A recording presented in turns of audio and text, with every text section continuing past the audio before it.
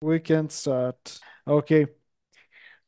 Mr. Neil, my first question about your book and Elon Musk is why do you want to dinner with Elon Musk?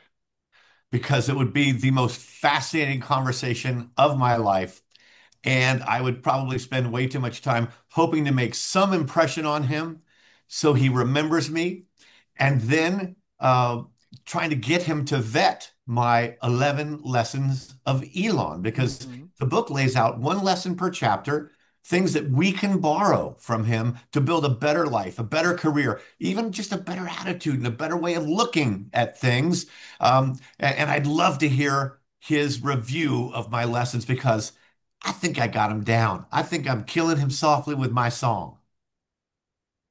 And my next question is for the lessons. What are his most important lessons? Yeah, that's such a good question there, Stan. I got to tell you, I would guess that the most important one is, and I didn't bring the book with me, darn it, so I haven't exactly memorized all the lessons and the exact number, but there's a Mhm. lesson in there that it's about SpaceX, and it says it's better to launch and burn than never to launch at all. And it means that we have to thrive on failure and setbacks. And SpaceX, to get to where today it's doing 90% of the satellite launches around Earth, this company. My gosh, it blew away the Russians, who were the best rocket makers in the world 20 years ago. And he even went and wanted to buy rockets from them. And they spurned him, the Russians did. And so he went ahead and built it on his own and he put them all but out of business. Just incredible. But to get there, Elon had to have failure after failure, crash and burn, crash and burn. And look at the Starship, okay? The Mhm. largest craft ever put into space. It is tall as the Statue of Liberty on her pedestal. It's 100 feet taller than that. And it's just an amazing craft, right? But he's had so many explosions in prime time, man. The media watching the next day, they say rocket explodes, big failure, big setback. But all Elon is thinking is, I just learned hundreds of new things to fix and to make better and on to the next. And even as he's got so many prototypes ready to go, one right after the other. And he says that one day they'll be doing 10, 20 launches a day of these flights. Based on your observations, what is Elon Musk's character? What is his mindset? Well, I think he is an eternal optimist that's driven by, nonetheless, a kind of pessimistic, fearful, hidden driver inside. You know, the book opens with an epigram. It's a saying of his, and he told it to Joe Rogan in 2016 on air. He said, I'd rather be optimistic and wrong than pessimistic and right. And you know, today in America, especially, we have so many people shopping for umbrage who want to be upset about things. They have no hope. They won't look on the upside of things. And yet, when you look on the downside, you're putting negative energy into the universe, and all you're getting back is negative energy. And he has hope. And yet, underneath all of that, the reason he wants to become multiplanetary and move to Mars, you know, the moon is too close to Earth. If the Earth gets wiped out, the moon will be taken with it. So he wants to get on Mars. And then after that, he wants to get on a moon of Jupiter. And from there out to the asteroid belt. Well, the reason he wants all of that is because he really says, look, one day the Earth will die, either self-inflicted or naturally. And the population of humans, the species, has to be multiplanetary if it wants to survive. Well, that thought that one day everything will die is fundamentally dark and pessimistic for a guy who is so optimistic. Why do you say that the Americans don't have hope nowadays? Why the Americans don't have hope? because because of where our politics and our government and our elected officials and our government bureaucrats have gone in the past 10 or 20 years, in which America used to be a land of opportunity. You come here, you work hard, and we'll do the best we can to give you an equal shot, an equal opportunity at making yourself better and earning more money and creating more security for yourself. Um, but at the same time, let's see, where was I going with that, Stan? Put me back on the rail. I kind of forgot my point there. And The how have we hope, changed? the hope, Well, we the went last from a hope. land of hope and a land of opportunity into instead a land of envy, a land of complaints that the rich are rich and the poor are poor, wealth inequality. They get upset that Jeff Bezos, the founder of Mhm. Amazon, is worth, I think it's 200 or 250 billion dollars. That's more than anyone should ever be worth. Okay. But do you know that Amazon is worth about $1.2 trillion dollars? And that means $1 trillion in wealth is held by other investors who have stock in that company, the company that would not have existed had he not come along and invented it. So we'll just have to forgive letting him be worth 250 billion because thank you, sir, for investing for creating something that thousands of other people have been able to invest in and share in the wealth of $1 trillion extra dollars that wouldn't have been there. So stop your complaining about wealth inequality. You know, the biggest Is reason this is this the crash of the American dream? is this, yeah, as a matter of fact, the Journal, Wall Street Journal, love the Journal. I worked there 16 years at the start of my career. Came out with a story the other day. It's been doing this survey every year for years and years. And for the first time, oh my gosh, it's plummeting down to only 25% of Americans believe in the American dream. Only 25% believe that their kids will end up better off. You know what? Stop your whining and work harder. Take another job. There is every way to get ahead now, more than ever before. And now is a better time than ever before. AI and what that's going to do. Half of the country is in the stock market. The stock market is hitting all-time highs. The reason there was wealth inequality is because we didn't do anything to incentivize companies to give their employees stock as part of their pay. They do that only in Silicon Valley. And there, you've made thousands of millionaires. Okay. If you will give, Thomas Piketty came out with that book out of France, Capital in the 21st Century, in which he basically said, business is bad.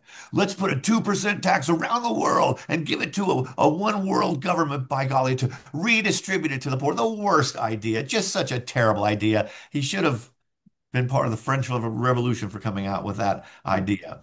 I mean, it's just awful.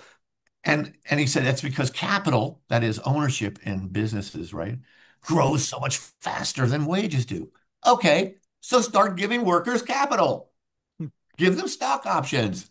Let them share in that wealth. And the reason, by the way, that CEO salaries went up way too high, and by the way, I'm blowing this. I should be talking about the book and saying another thing the book says, so you'll buy more. But the reason that CEO salaries went out of the orbit and skyrocketed up is because of reforms that said we're paying millions of dollars in cash to CEOs. They don't deserve it if their stock goes down. We should pay them instead in stock options, and they earn money only if their stock price goes up. That way their shareholders benefit. Well, the stock market's been on an amazing run for 30 years, man, 20 years. And so, of course, their wealth went way up. If you guys had just arranged for workers to share in it, we'd be fine.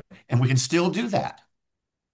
Okay, but this is a problem, and for the politics and the policy in the United States. And I want to ask you a little bit about the Elon Musk and his connections Yes. with the politics with the President Trump. Right. What is his relationship with President Trump now? That is in flux. That is, in turnaround. And it's been such a wonderful odyssey. The conclusion of my book at the end, which I wrote last, just as we're going to press, in the publishing industry, you still have to get something in 6 or 9 months before they publish it. Give me a break. Get that thing out in a week. What is wrong with you guys? Catch up. This is the internet era by now. But first they got together and oh my gosh, they were thick as thieves, as they say. I mean, his little son was frolicking on the lawn with the president of the United States. The other advisors to the president are looking this jealous because their little kids aren't frolicking on the lawn with the president, but Elon's is. He's at White House parties. He was staying at Mar-a-Lago. He was so close with the president, and you knew that wasn't going to last forever. Then they have the falling out over the big, beautiful bill because Elon is saying, hey, I just sweated blood and took death threats to cut only $175 billion a year in spending. I hope to get a trillion. I got to 175 billion. And now this big, beautiful bill, 10 years out, is going to add $3 trillion in extra debt to the country. What is my cut for? What do I even do that for? And he got so upset that he went online and he attacked them. Okay, let's just cut way to the future here. And let me tell you that now that the tariffs, the Trump tariffs, that everyone said was going to destroy the world economy and set off trade wars and put America into the worst crisis since the Great Depression, they're bringing in 300 to 400 billion dollars a year. And even the Congressional Budget Office, a very slanted, biased, anti-Trump agency, really, now changed its forecast of a $3 trillion increase in debt to say, actually, we could end up with, I don't know, a few $100 billion in actual surplus after all that time. So the whole reason Elon was upset was wiped out. Don't worry, man. The tariffs took care of it. You don't have to be upset that your savings got wiped out. They didn't. Well, that allows you to finally get back together. So there's a bit of an apology without an apology. I wrote about this. I said, usually, look, if you're going to apologize, it should include the words, I apologize and I'm Yeah. sorry. Okay. One thing, apologize, and the other says you feel sorrow about having offended. Okay. But of course, Elon's apology contained neither. And so then a few things showed up, signs that there's a rapprochement because JD Vance, the vice president, is on a podcast and he talks about Elon really having nowhere else to go. He says, the Trump haters, they're never going to forgive you. He's just talking to another guest, but he's talking about Elon as if he's there. And, you're going to end up coming back into the fold. Well, I don't think JD Vance says that unless he clears it with the president first.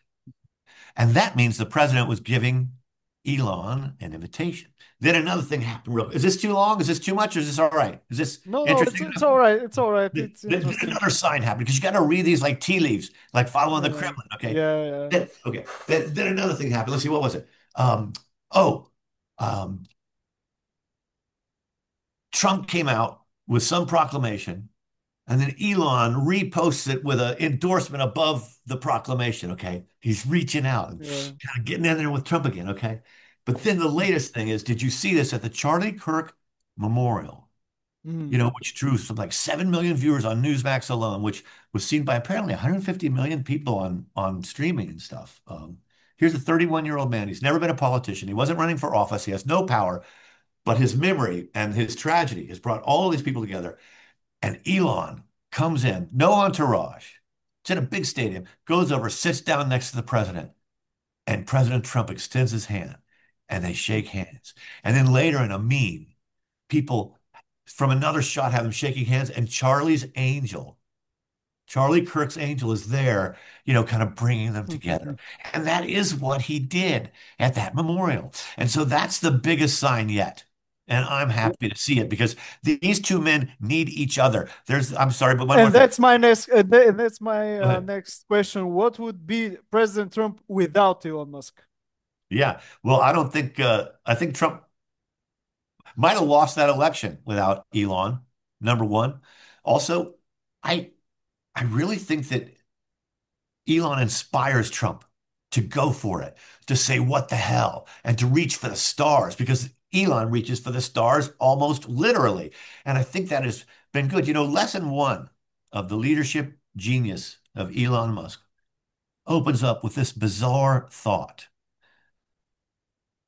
All of this may be just a big computer simulation. All of it may be one giant video game. So just go for it. Elon truly believes in this possibility that right now we're inside a simulation that's run by someone else thousands of years from now. And if that were true, would you live your life differently? Yeah. I mean, I'd take on far more risk.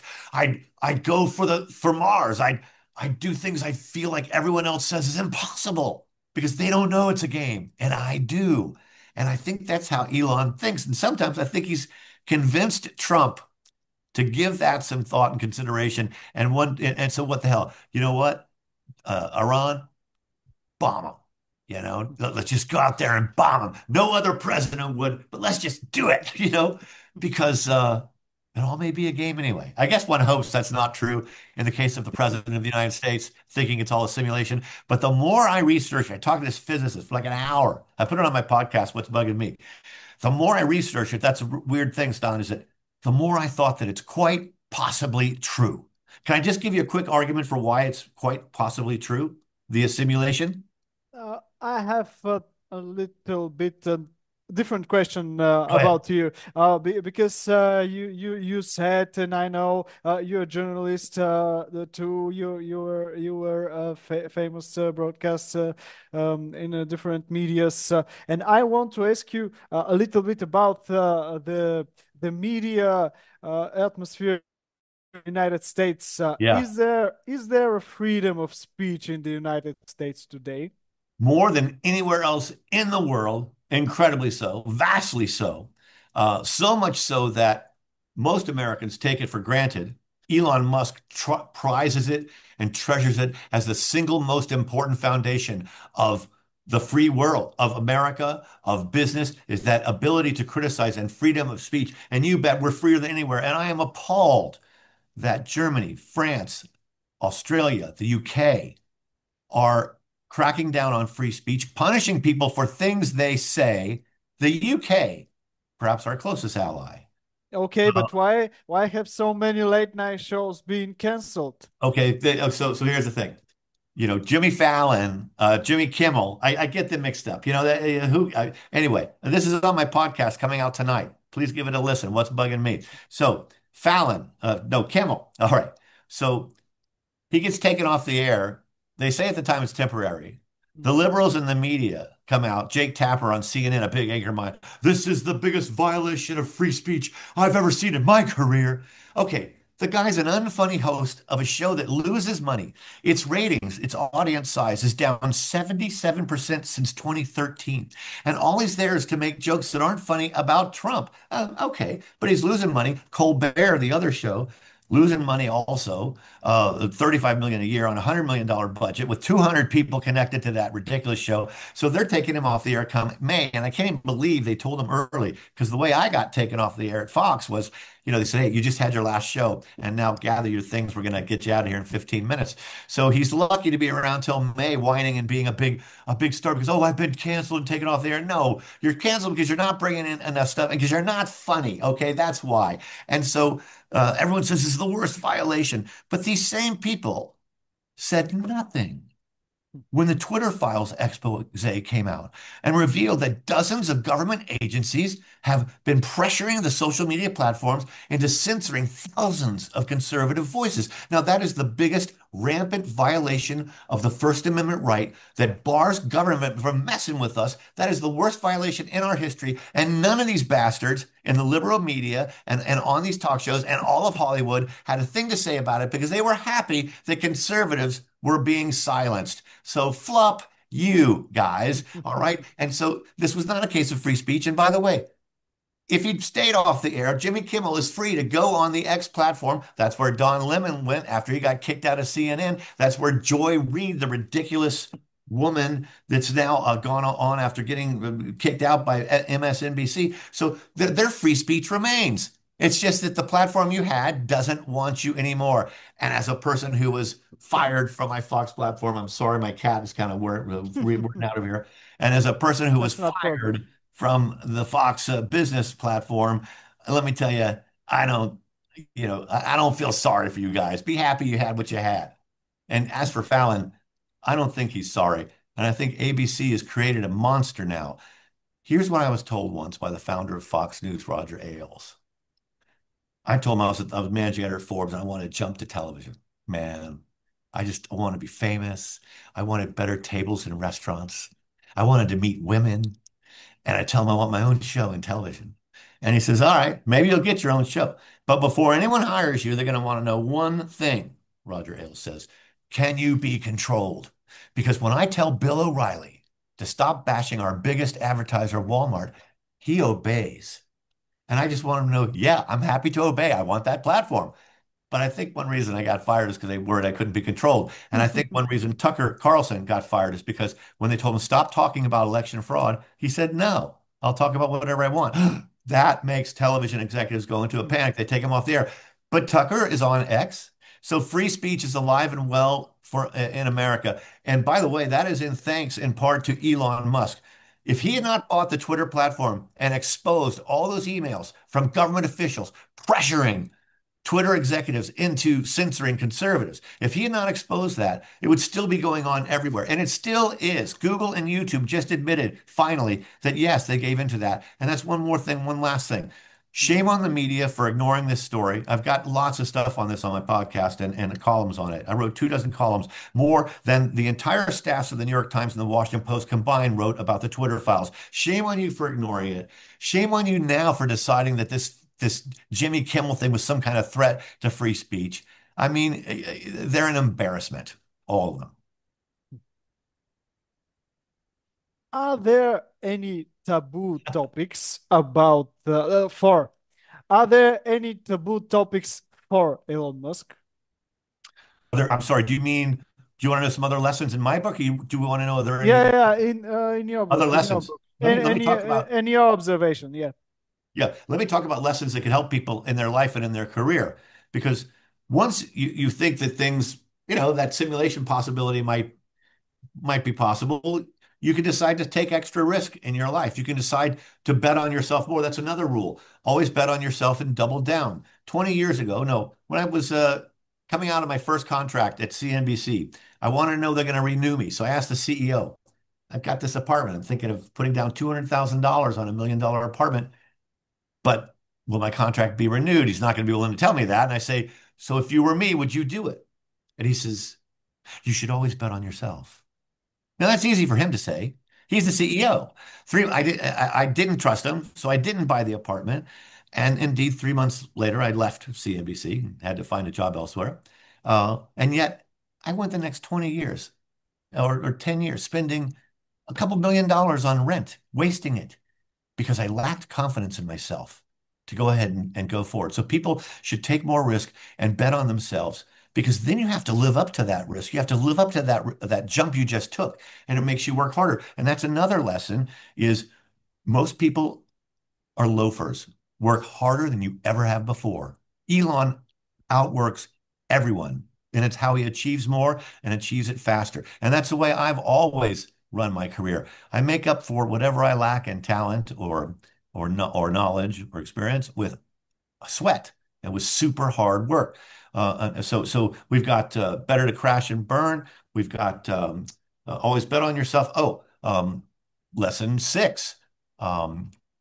Free speech is everything. Stand up and be heard.